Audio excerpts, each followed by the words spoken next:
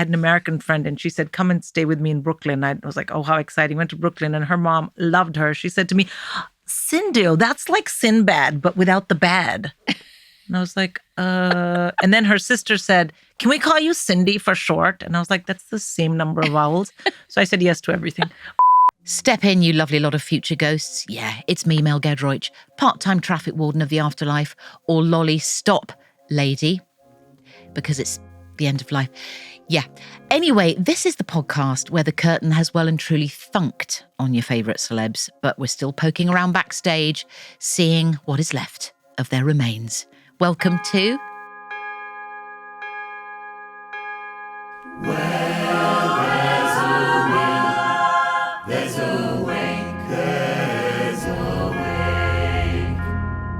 Now, on to today's guest. She's no deadbeat, humdrum girl next door. Absolutely not.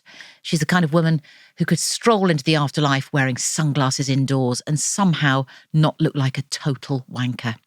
She's polished, she's poised, she's so swanky, she practically needs her own velvet rope. She's sparkle, she's mischief, and we finally got her very fine buttocks in this bevelveted studio. Sindhu Vee, leave it. I'm going to just stop it there and play this instead.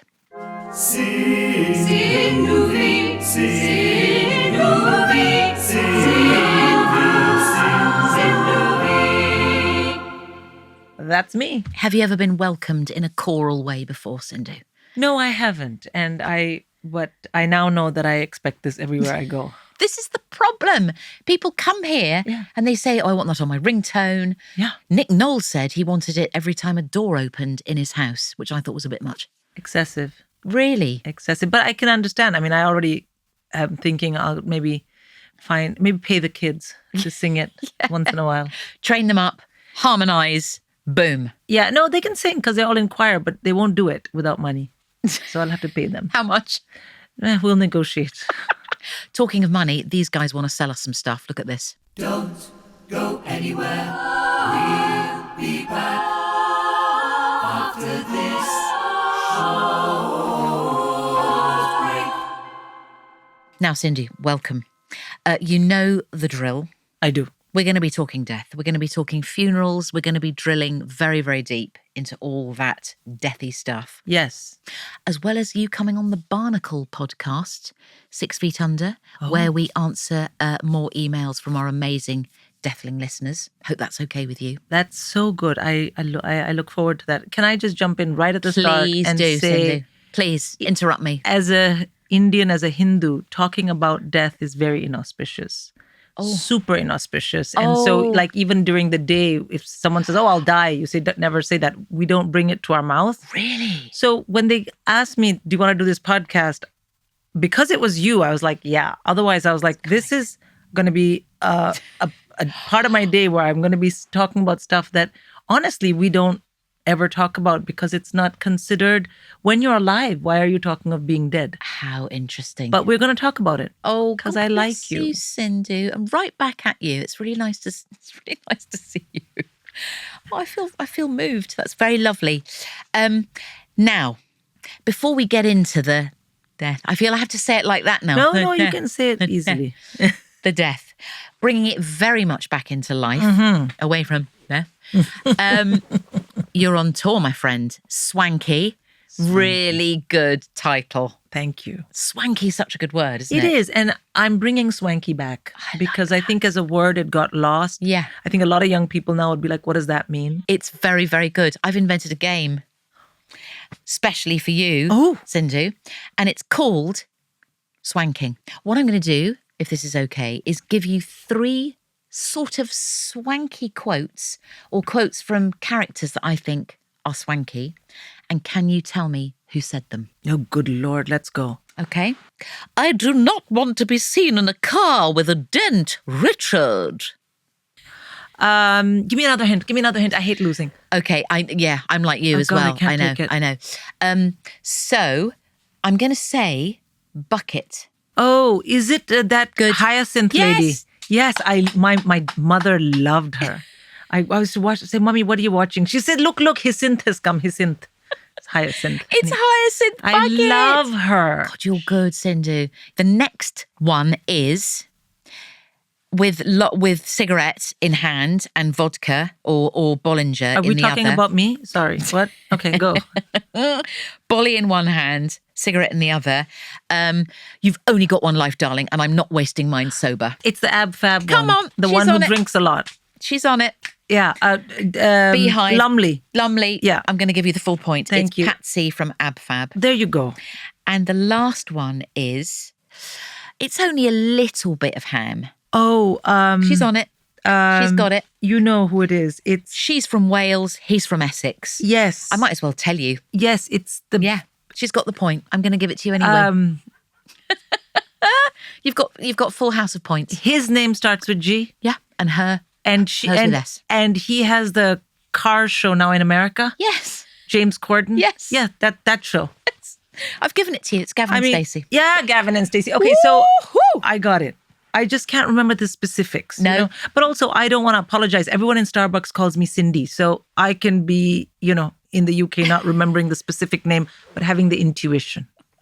Does it bug you when people call No, you no, not at all. No. Cindy, the first time I met, when I went as when I was at university here, I had an American friend and she said, come and stay with me in Brooklyn. I was like, oh, how exciting. Went to Brooklyn and her mom loved her. She said to me, Sindhu, that's like Sinbad, but without the bad.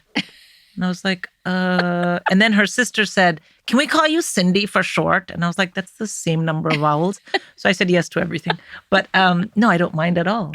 I mean, it's a foreign name, But now also, and this is a shout out to Jet, who I've worked with and who's helped me. He's helped me with Swanky. He's the director. I thought you were going to say Jet from Gladiators. No. My heart started racing. No, Jet. So now every time I order coffee anywhere on the globe, they ask me, what's your name? I say Jet.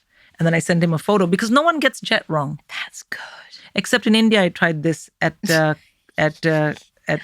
coffee place, and I said Jet, and she said, "Madam, your name," and I said, "It's Jet." She said, "Pata nahi kaisa naam hai. What kind of name is this?" And she wrote Jet. I could have said Sindhu, but anyway. Jet is very, very strong. I love it. I might have to call you Jet a few times. Please, I would love that. Onwards, Jet.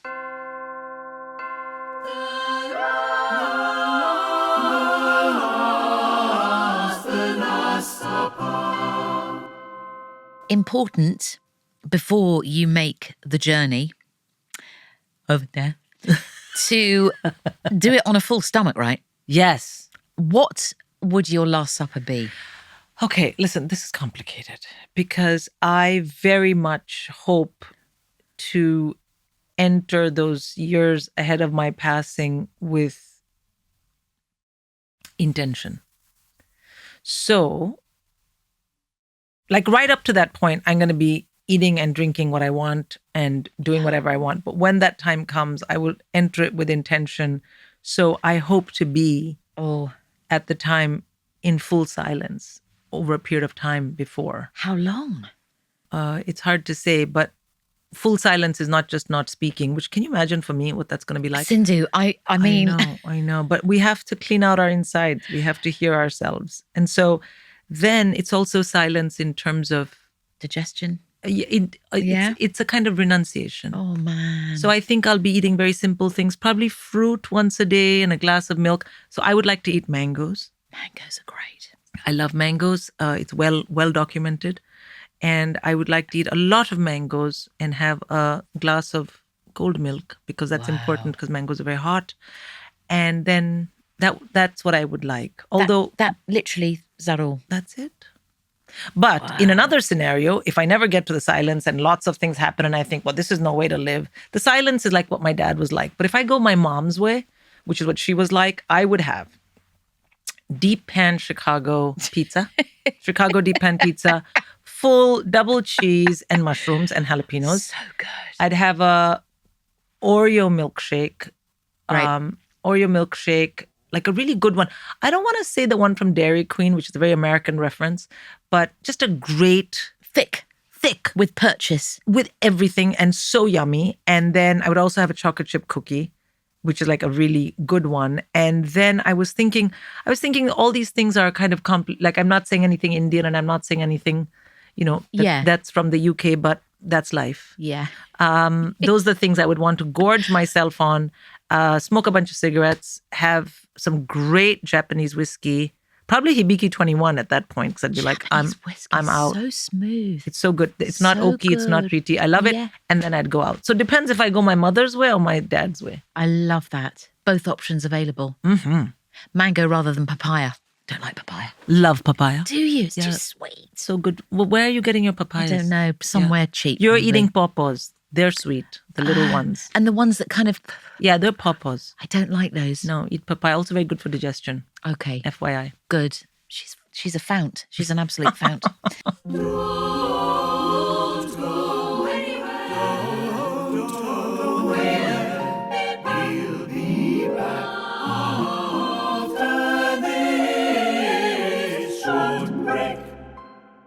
Now, Sindhu, it's sad, it's traumatic, and I know that you don't necessarily want to talk about, Let's go.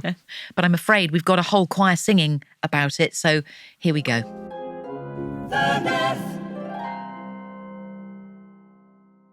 Verneth. So what happened? Tell me. It was my time. Simple. It was my time. Simple. Yeah, I prepared. I became very established in the understanding that I am neither the experience, nor the experienced, nor the experiencer.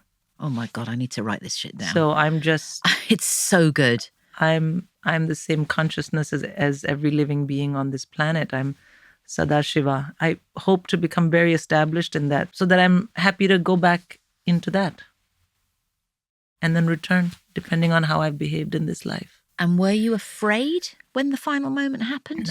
No. No. Were you with anybody? I hope that I've been around my children and my spouse, and that they understand, and that everyone's kind of chill, Yeah. about it. At home? I don't know, wherever. knows? Wherever. Yeah. But I think I would like everyone to be at peace.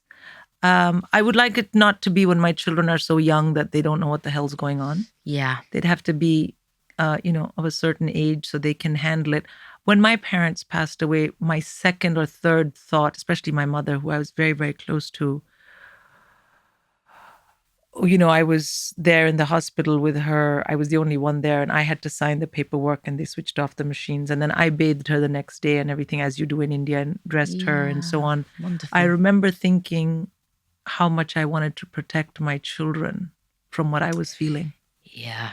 from that sense of utter being unmoored, like a balloon that you don't know whose balloon it is. You see it in the sky. Yeah. I thought, what can I do to protect my kids? One day they'll have to go through this, and I don't want Yeah. them to. Of course, they have to. Yeah. So hopefully they'll all be settled, and And you don't feel protected anymore, do you? When your parents die, to me, it just felt like the roof was blown off the house. And suddenly you've got to step up. yeah, It's so weird, isn't I was it? the grown-up finally. You're the bloody grown-up. Yeah. I'm not a grown-up. I'm I not know. a grown-up now. I'm 57. I'm not grown-up. No. And And I it's was that- the youngest at home, so it was like, Yeah, why same. are you doing this to me? Same. It's weird, isn't it? It is. And but my mother had talked a lot about it, and she'd sort of, because I used to ask her, I'm like, what am I going to do when you die? We were a crazy family that we never talked about death, but I'd be like, jab aap chale jaoge, when you've left, When you've what will I left. do? And she'd say, oh, such a stupid question. I'm here now. I haven't left. And I'm like, but one day. But when she got sick, I asked her. And she said something to me that was interesting, because the last time I saw her, I was going to LA for meetings, and I was scared to leave her. She was in a wheelchair. She wasn't supposed to pass away as far as like medically. And so I said to her, Mommy, I don't want to go to LA. And she said, no, but you must. And she was paralyzed, but she could speak from one side. And actually she was getting much better. She said, no, you must go, and you and your career, I'll be fine. And she never cried when I left, but that day she cried. And I said to her, are you okay? And she looked at me and she said, पत्ता टूटा डाल से ले गई पवन उड़ाए अब के बिछड़े कौन कब मिले कौन कहाँ को जाए. She said, the leaf has broken from the branch, the wind has taken it away. This time when we part, who knows when we meet again. Oh, And I remember thinking wow. that she was telling me Yeah. I may not be here next time. And she wasn't. Oh, But it's very Sindhu. important to talk like that because it gets your kids ready for reality. Yeah. You know, these people who don't ever Yeah. mention that oh stuff. my gosh. So Well, it's that's possible. that's a very British thing to do. And I think we take a lot of our attitudes to death still from the kind of Victorian era. I'm talking English, actually, maybe not British. I think the Welsh are much more down to earth about it. The Irish certainly are. The Scots, I think it's an English thing. Yeah, and I think it's a way of my mother indicating that kind of final loss without saying the word death. And also, I think Eastern cultures, not just Eastern, Persian, you know, I would say non-Western cultures, even till today, because I think the West used to be like this and it's changed. We're very open about grief. Yeah. We don't think grief should be put inside. We think Yeah. it should. I mean, when you pass away in India, if you don't have enough relatives, we hire mourners to come and beat their chest and rip their shirts. Grief must be externalized. It's got to be wailed. It's got to be. It has to be. Yeah, I'm totally with you. You on that. know, there's no Yeah. upside to saying, well, I feel bad, but I'm going to suppress it. For who? Yeah, no, I'm with you on that. This is all good stuff. Now, Deathlings, our amazing community. You're very much involved in this bit. Listen to this.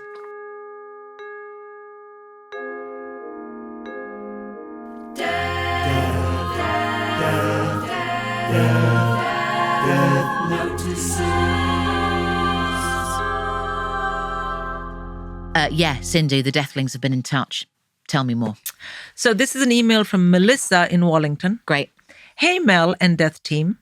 I once accidentally ruined my grandma's reputation and childcare career.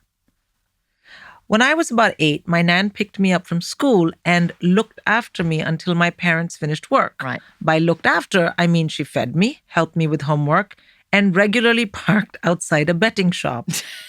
That's strong. That's strong. I was not expecting that. That's very good, Melissa. Also, go Nan.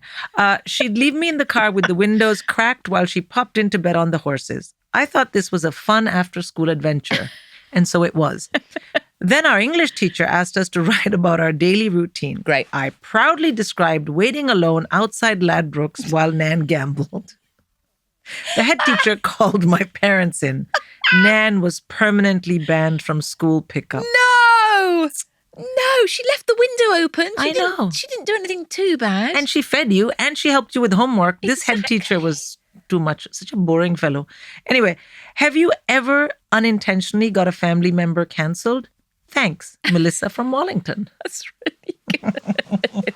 I'm just trying to think. Have you ever dropped, maybe not cancelled, but dropped a family member in the doo-doo? I'm trying to think. No, because unlike Melissa, from a very young age, we were very aware what you say and don't say to public figures or figures of authority, you know, because your mother would say something and say, but don't tell your father. Yes. You know, she would curse your grandmother, his mom, and say, Yeah. but don't tell your father. So we were very well prepped. Yeah. I've got to put my hands up here. Okay, go for it.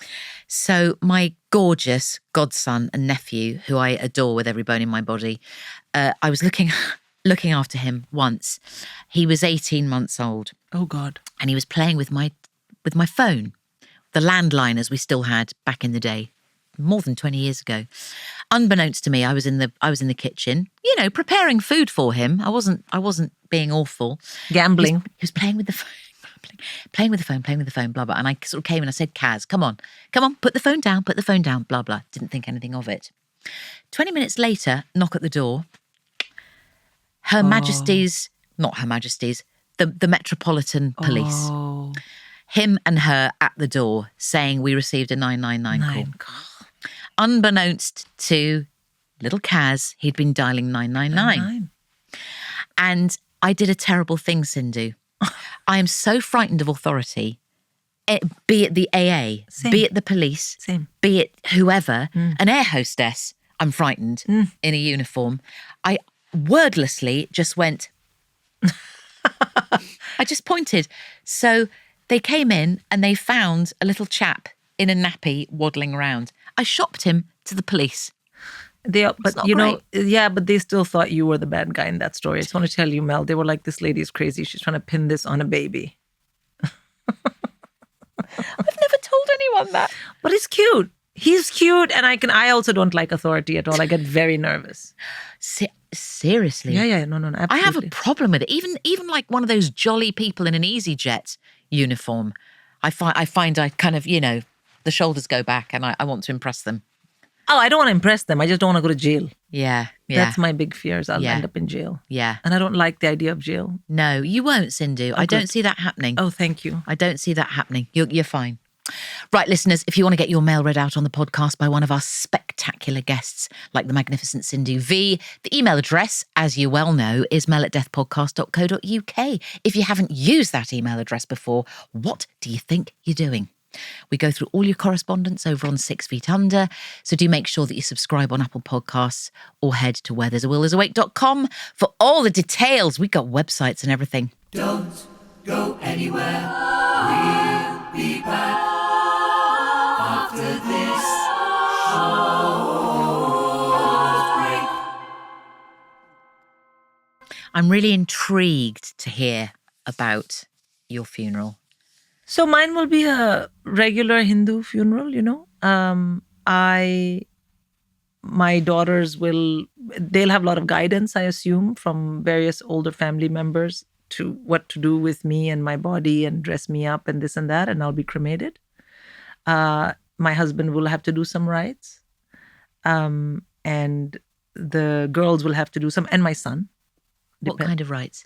Oh, Hindu rites, there's lots of stuff it's very long and complex. It's to give the soul, sort of to coax the soul to leave and not worry.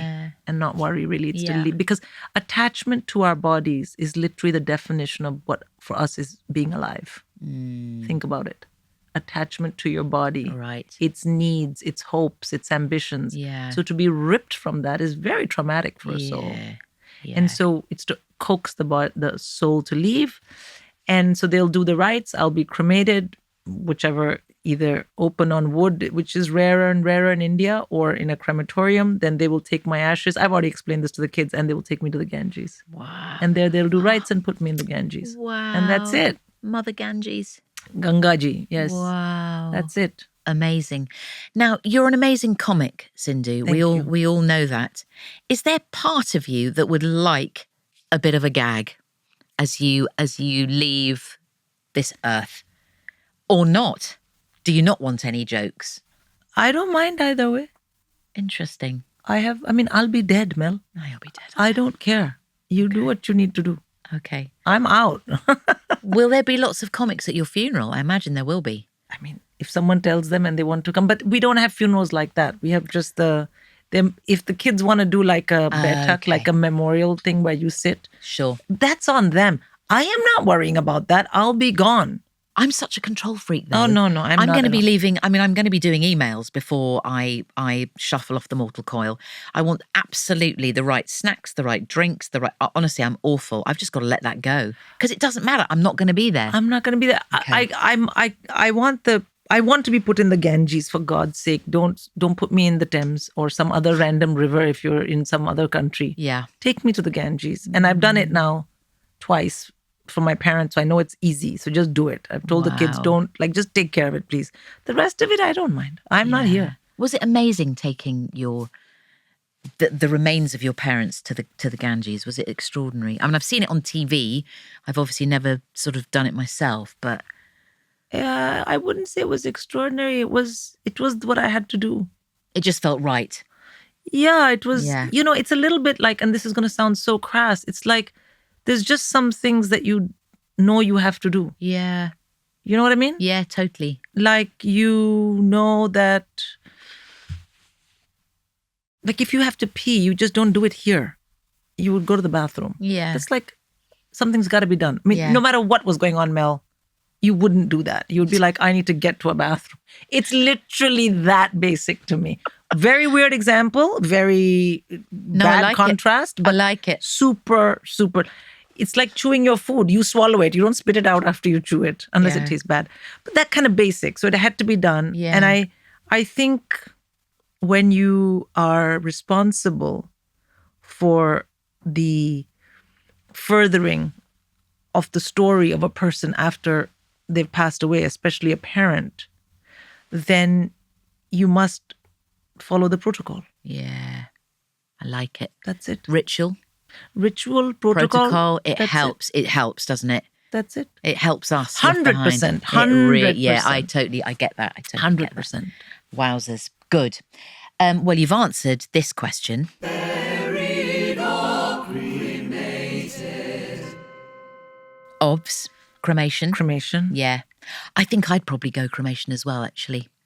It just feels neater for people to deal with that are left behind in a way. Do you know what I mean? I mean, I've never thought of the alternative, so I can't say. Have you been to a burial? Yeah. I've been to a Parsi funeral. Our teacher passed away in school. I remember I've been to burials. I think it's all depends on, what your belief system is. Because really, one thing talking about all these things, like on this podcast, it really switches you into what your fundamental belief systems are. Yeah. Some people say, I'm agnostic, I'm atheist, I don't care what you do. I bet you if you put them in this podcast, they'd have a thought. Yeah. Something They do. Yeah. They do. And everyone has very, very differing thoughts. Yeah. And that's why we love it. I'm just blowing my own trumpet there, but, we do love it. Now, this is interesting. The will and the wake. How do you feel about the booty, the stuff, the material things that you're going to leave behind? Will you leave anything behind? To whom? I need to know. I know I have stuff that the kids want. Like my daughters, they want, because I have over the years, I've always had a great interest in handbags and shoes because I always have been very diffident about my appearance. And so clothes, it was always like, oh, I don't fit this or this is, not going to look nice. But handbags and shoes, no problem. They can be amazing. Yeah. So from a very young age, I've done that. And I've got, I like what I have, but it turns out some of it is now vintage. So How many handbags have you got? Come on. Thousands? No. Hundreds? No. Millions? No, it's not amount. Oh. It's what I have. It's the quality. It's what I have. Okay. Let's leave it at that. Yeah, it's not amount, it's what I have. We can use our imagination. Yeah. So, shoes, similarly? Shoes, I have many. Oh. I have many. What's your fave? I have a pair of high heels that are with the kind of block in the front as well, and they're a peep toe, and they're gold, but they're gold with this kind of crunched up gold tinsel stuff. And I think they're Aquazura or something, but they're very high. I'm like 6'4" when I wear them. Oh, and they're amazing. Because you're tall, Cindy. I'm 5'10", yeah. You're 5'10". So those are very high. I love those. I love shoes. I love shoes. I mean, boots, just, I love shoes. Yeah, that's a banger you've got on. Thank you. Today. Thank you. Beautiful, pointy, black boot with a seam down the front. Yes, so fun. And I've got this in different lengths. Really? Because I like this shape. Anyway, so I have one daughter who has a very similar shoe size to mine. She's getting all the shoes. The other one is like, are you fucking kidding? What about me? So I said she can get the bags. She can get first call on the bags. She can't have, there's no, that's not fair. Because some of those bags are very special, but she can get first call on the bags. And what about your son? My son, I don't have anything personal as such that I think he would enjoy, not my handbags or my things. I will leave the engagement ring that my husband proposed to me with for my son, for his future wife. Oh, because my mom passed away, and then my sister passed away, and then my dad passed away, all inside of under 2.5 years.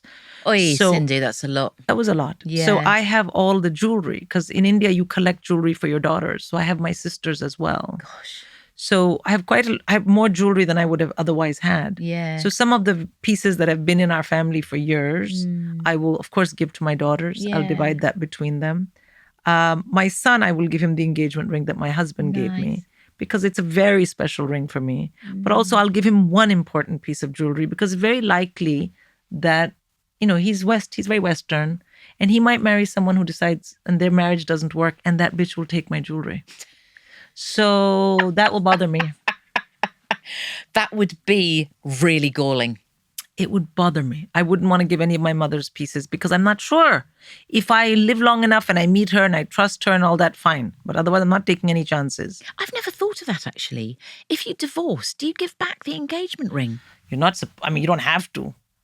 Wow, there's no rule. And There's my no son is rule. not the kind who would ask for it. No. No, he's a He's a gent. He's complex but gentlemanly fellow. a sweetie. Yeah, okay. Yeah. It sounds like you've thought it all through though, Sindhu, and I admire you Because for that. because I have jewelry that I feel a responsibility to, because my mother, with her blood and sweat, collected it for us. Yeah. So so I'll take care of that and give it. Yeah. The things from my temple, I will ask the children what they want. Because I have a temple that I've had with me my whole life. I'll ask them what they want. I've got my rosary, I've got this. And they know that that's for them to ask what they want. And whatever they don't want, they put in the Ganges. And this is why the Ganges has a small pollution problem, because we all keep putting our stuff in there. We used to just stick whole, like entire dead bodies in there, but that's not allowed anymore. So, but that stuff they'll have to put in the Ganges. Little bits and bobs go in there, don't they? Yeah, they can burn it down or whatever, and the ashes Yeah. can go in the Ganges. Yeah, okay, good. Now, you talked about the Ganges. This is where you will go. This is where your My earthly- ashes will go. Your ashes will go into the Ganges. Any wake, any kind of celebratory, I suppose you mentioned memorial, but would you have some sort of wake whereby people get together and go, yay, Sindhu? Surely. But I'm not here. I don't care. Okay, I I knew it was honestly out of don't the care. question. It's like whoever's, like my kids can figure it out. I mean, because it's going to be on them. I don't want to keep continually putting responsibilities on them. They're going to be so sad. Yeah. Or they may not be sad, and then they'll be guilty because you're supposed to be sad. Or they'll have a lot going on. Then on top of that, I say, have a party for me. I'm not even there. I'll be like, put me in the Ganges and then you do whatever you want. I like that. You're And- right, actually. And I don't need people to gather to... The people... The wings actually move then. If you go like that, if you tip, yes, look. She's in flight. She's in flight. If you're only listening to this and not viewing, it's a beautiful thing. The red feathers are kind of, you know, The people... wibbling, wobbling. The people whose attention I will want on myself, I will have met and spoken to and communicated that before I go. Then I'm gone. Yeah. I'm taking there's a lot of takeaway in this episode, guys. I'm taking away a lot from today. Good. Believe you me, particularly when you said the experience, the experienced, and the experiencer. Yeah. And other things as well. Now, full circle. So full circle. Cindy, it's been absolutely brilliant. This has been fun. I did not think talking about this topic would ever be this fun. Oh, I'm so glad. I know. I'm really glad. There's one little thing I need to ask you before we move over to the Barnacle podcast, which I mentioned before, 6 Yes. Feet Under, which involves this prop. So Okay. I'm going to hand you this and ask you, please, Sindhu, to... Spin, spin, spin, spin for your sins. And while Sindhu's spinning, I'm going to say, please join us over on the other side at Where There's a Will, There's a Wake. You know what to do. You're listening to Where There's a Will, There's a Wake with Mel Gedroich. The senior producer's Charlie Morrell, and the producer is Naya Dio, otherwise known as The Goddesses. The engineer is Matthias Torres. Music by the Rathbones. The assistant producer's Rani Prescott. The production coordinator's Eric Ryan. And the executive producer is Ollie Wilson.